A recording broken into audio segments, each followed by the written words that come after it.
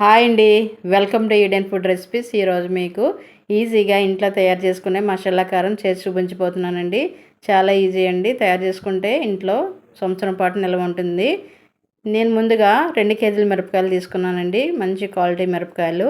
200 గ్రాములు ధనియాలు తీసుకున్నాను, 100 గ్రాములు మసాలా దినుసులు, అదండి యాలకులు, చెక్క, లవంగాలు, గసగసాలు, కొద్దిగా మిరియాలు 100 గ్రాములు తీసుకున్నాను. అలాగే 100 గ్రాములు జీలకర్ర తీసుకున్నాను, 100 గ్రాములు మెంతులు తీసుకున్నాను, అలాగే 100 గ్రాములు ఆవాలు తీసుకున్నాను, అలాగే 200 గ్రాములు వెల్లుల్లిపాయలు తీసుకున్నాను ఇక్కడ చూడండి. అలాగే 50 గ్రాములు ఒంట్లు తీసుకున్నాను, 200 గ్రాములు పసుపు కొమ్ములు తీసుకున్నానండి. ఇవన్నీ కలిపి మొత్తం 2 కేజీలకండి సరిపోతాయి చూడండి.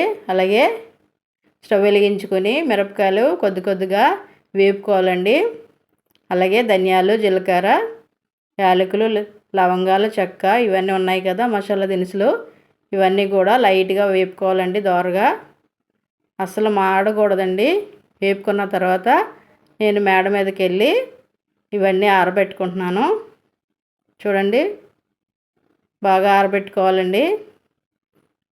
బాగా ఆరిన తర్వాత 2 రోజులు నేను ఆరబెట్టుకున్నానండి. ఇక్కడ సౌండ్ రావాలి మిరపకాయలు, ఎందుకంటే సంవత్సరం పాటు నిల్వ ఉంటుందండి. ఇవన్నీ చూడండి, పసుపు కొమ్ములు నేను దంచుకొని అందులో వేసేసుకుంటున్నాను మసాలా దినుసుల్లో. ఇవి మిల్క్ పట్టుకొని వెళ్ళాలండి, ఆడించుకోవాలి కదా. చూడండి, వెల్లుల్లిపాయలు దంచుకున్నాను ఇక్కడ, కొద్దిగా లైట్గా దంచుకోవాలండి.